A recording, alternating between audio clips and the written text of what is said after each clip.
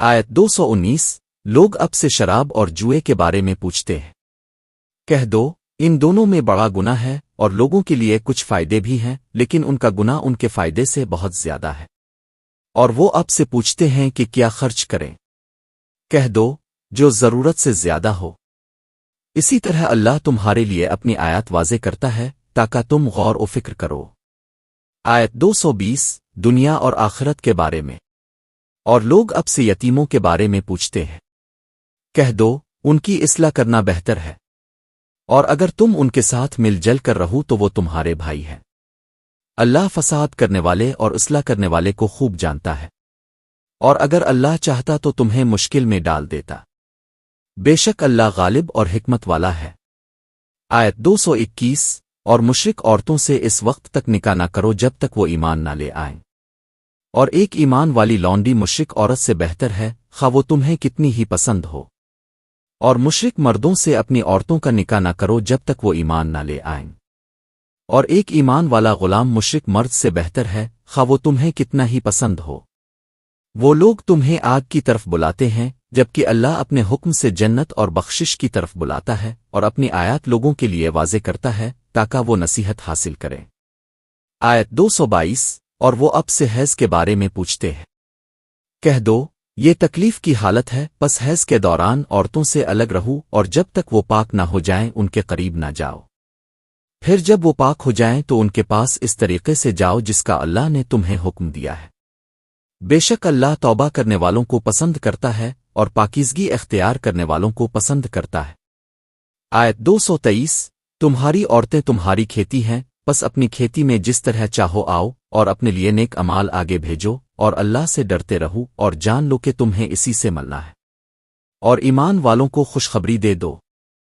آیت 224 اور اللہ کو اپنی قسموں کے لیے رکاوٹ نہ بناؤ کہ تم نیکی تقو اور لوگوں کے درمیان اصلاح کرنے سے رک جاؤ، اور اللہ سب کچھ سننے والا سب کچھ جانے والا ہے۔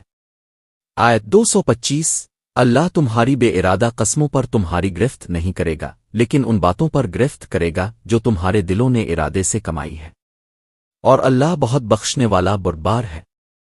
آیت 226 جو لوگ اپنی بیویوں سے تعلق نہ رکھنے کی قسم کھا لیتے ہیں ان کے لیے 4 ماہ کی مہلت ہے، پھر اگر وہ رجوع کر لیں تو بے شک اللہ بہت بخشنے والا نہایت رحم کرنے والا ہے۔ آیت 227 اور اگر وہ طلاق کا پکا ارادہ کر لیں تو بے شک اللہ سب کچھ سننے والا سب کچھ جانے والا ہے۔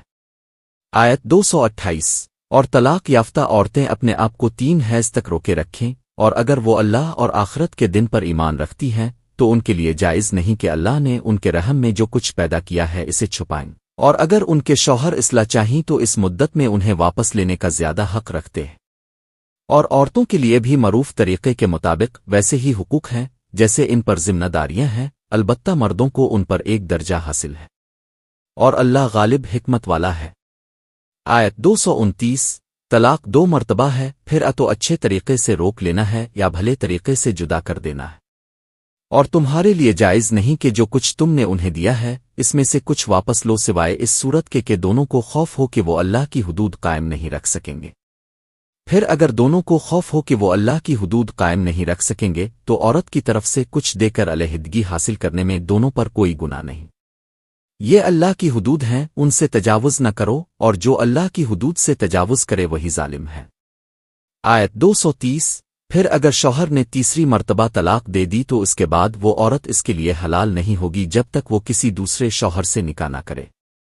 پھر اگر دوسرا شوہر بھی اسے طلاق دے دے تو ان دونوں پر دوبارہ نکاح کرنے میں کوئی گناہ نہیں، بشرطے کہ انہیں یقین ہو کہ وہ اللہ کی حدود قائم رکھ سکیں گے۔ یہ اللہ کی حدود ہیں، وہ انہیں ان لوگوں کے لیے واضح کرتا ہے جو علم رکھتے ہیں۔ آیت 231 اور جب تم عورتوں کو طلاق دو اور وہ اپنی عدت کے قریب پہنچ جائیں تو انہیں اچھے طریقے سے روک لو، اچھے طریقے سے رخصت کر دو، اور انہیں نقصان پہنچانے کے لیے نہ روکو کہ زیادتی کرو، اور جو ایسا کرے وہ اپنے ہی اوپر ظلم کرتا ہے۔ اور اللہ کی آیات کو مذاق نہ بناؤ، اور اللہ کی نعمت کو یاد کرو جو تم پر ہے، اور اس کتاب اور حکمت کو یاد کرو جو اس نے تم پر نازل کی ہے، جس کے ذریعے وہ تمہیں نصیحت کرتا ہے، اور اللہ سے ڈرتے رہو اور جان لو کہ اللہ ہر چیز کو جانتا ہے۔ آیت 232 اور جب تم عورتوں کو طلاق دو اور وہ اپنی عدت پوری کر لیں تو انہیں اپنے سابق شوہروں سے نکاح کرنے سے نہ روکو جب وہ آپس میں معروف طریقے سے راضی ہوں۔ یہ نصیحت اس شخص کے لیے ہے جو تم میں سے اللہ اور آخرت کے دن پر ایمان رکھتا ہو۔ یہ تمہارے لیے زیادہ پاکیزہ اور بہتر ہے، اور اللہ جانتا ہے جبکہ تم نہیں جانتے۔ آیت 233 اور مائیں اپنی اولاد کو پورے 2 سال دودھ پلائیں، یہ اس کے لیے ہے جو دودھ پلانے کی مدت پوری کرنا چاہے، اور بچے کے باپ پر معروف طریقے کے مطابق ان کے کھانے اور لباس کی ذمہ داری ہے۔ کسی شخص کو اس کی طاقت سے زیادہ ذمہ دار نہیں بنایا جاتا۔ نہ ماں کو اس کے بچے کی وجہ سے نقصان پہنچایا جائے اور نہ باپ کو اس کے بچے کی وجہ سے، اور وارث پر بھی یہی ذمہ داری ہے۔ پھر اگر دونوں باہمی رضامندی اور مشورے سے دودھ چھڑانا چاہیں تو ان پر کوئی گناہ نہیں، اور اگر تم اپنی اولاد کو کسی دوسری عورت سے دودھ پلوانا چاہو تو بھی کوئی گناہ نہیں، بشرطے کہ جو دینا طے کیا ہے وہ معروف طریقے سے ادا کرو، اور اللہ سے ڈرتے رہو اور جان لو کہ اللہ تمہارے اعمال کو دیکھ رہا ہے۔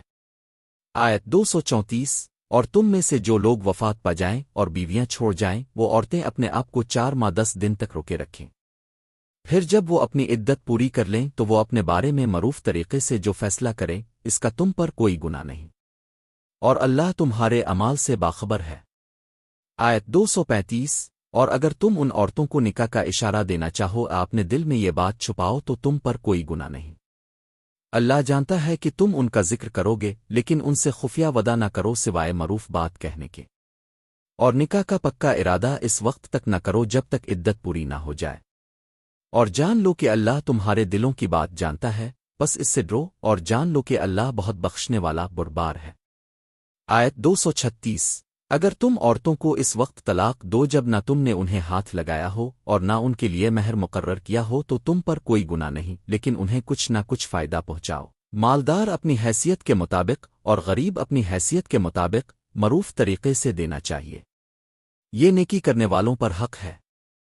آیت 237 اور اگر تم انہیں ہاتھ لگانے سے پہلے طلاق دے دو لیکن مہر مقرر کر چکے ہو تو مقررہ مہر کا نصف دینا ہوگا، سوائے اس کے کہ عورتیں خود معاف کر دیں، وہ شخص معاف کر دے جس کے ہاتھ میں نکاح کا اختیار ہے، اور تمہارا معاف کرنا تقوی کے زیادہ قریب ہے، اور آپس میں احسان کو نہ بھولو، بے شک اللہ تمہارے اعمال کو دیکھ رہا ہے۔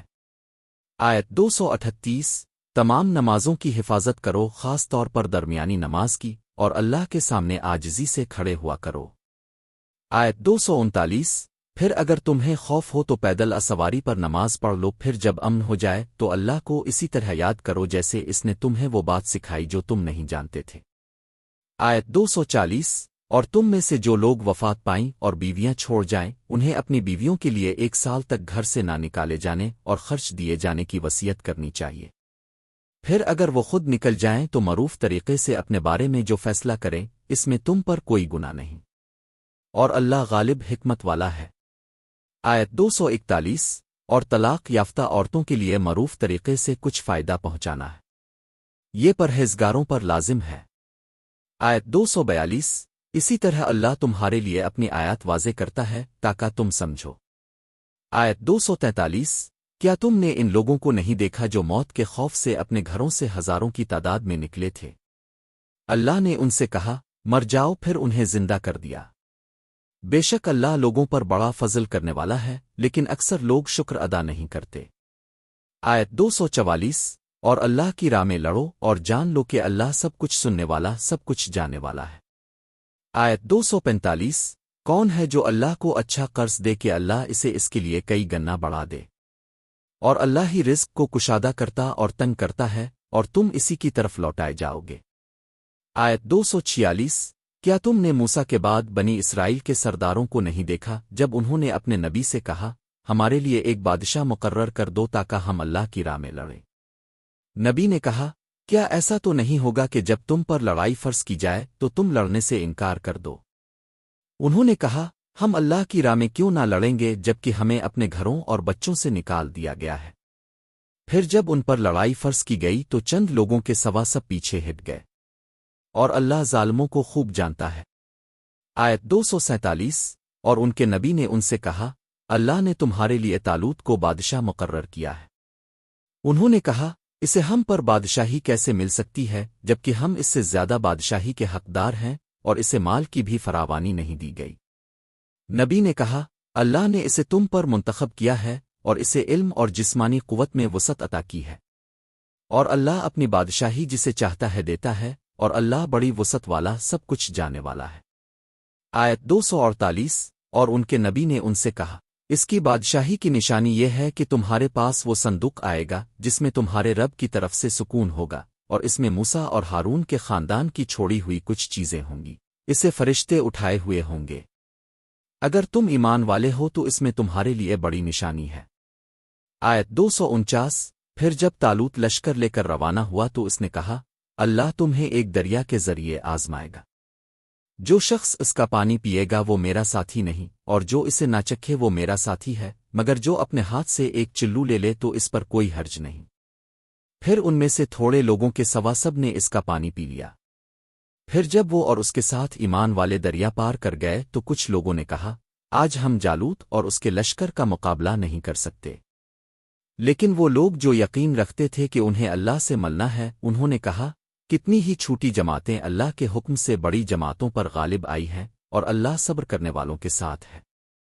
آیت 250۔ اور جب وہ جالوت اور اس کے لشکر کے مقابلے میں آئے تو انہوں نے دعا کی، اے ہمارے رب، ہم پر صبر انڈیل دے، ہمارے قدم مضبوط کر دے، اور کافر قوم کے مقابلے میں ہماری مدد فرما۔